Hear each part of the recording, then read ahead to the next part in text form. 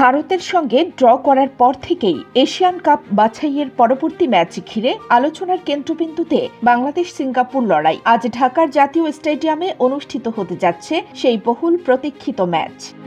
জাতীয় দলের ক্যাম্পে আত্মবিশ্বাসের ঘাটতি নেই। অধিনায়ক জামাল ভুঁইয়া সংবাদ সম্মেলনে বলেন, 10 জন মানুষ থাক বা 20,000, চাপ তো চাপই। তারা ভালো করে জানেন তাদের কাজ পারফর্ম করা। প্রায় 55 মাস পর জাতীয় স্টেডিয়ামে অনুষ্ঠিত হতে যাচ্ছে কোনো আন্তর্জাতিক ম্যাচ। হামজা ও সমিতের মতো তরুণদের আগমনে ফুটবলে এসেছে নতুন প্রত্যাশা। স্বভাবতই ম্যাচ ঘিরে ভক্তদের আগ্রহ চরমে। মাত্র এক রাতেই বিক্রি হয়েছে 18,300 টিকিট। অনেকে এখনও টিকিটের খোঁজে হন্য হয়ে ঘুরছেন। ঢাকায় সরাসরি খেলা দেখতে না পারলেও দেশের বিভিন্ন বিভাগীয় শহরে থাকবে জায়ান্ট স্ক্রিনের ব্যবস্থা।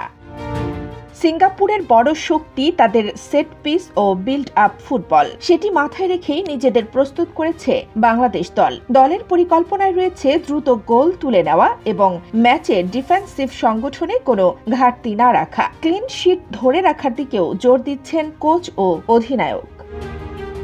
4 জুন ভুটানের বিপক্ষে 2-0 গোলের জয় এই দলের আত্মবিশ্বাস অনেকটাই বাড়িয়ে দিয়েছে। সেই ধারাবাহিকতাই আজকের ম্যাচে ধরে রাখতে চায় স্বাগতিকরা। সর্বশেষে দর্শকের চাহিদা, স্টেডিয়ামের আবহ এবং ফুটবলারদের মনোযোগ সব মিলিয়ে সিঙ্গাপুর ম্যাচ হতে যাচ্ছে এক উত্তেজনাপূর্ণ সন্ধ্যা। কানিস ফাতেমা, নিপা, খবর সংযোগ।